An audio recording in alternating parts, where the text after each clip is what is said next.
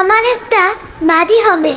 বাড়ির চারিপাশে থাকবে সবুজ শ্যামলে ভরা গাছপালা, আর থাকবে একটি ফুলের বাগান। পাখিরা কিচিরমিচির করবে, ফুলের বাগানে উড়ে বেড়াবে রং বেরঙের প্রজাপতি। আহ, কি মনোরম দৃশ্য!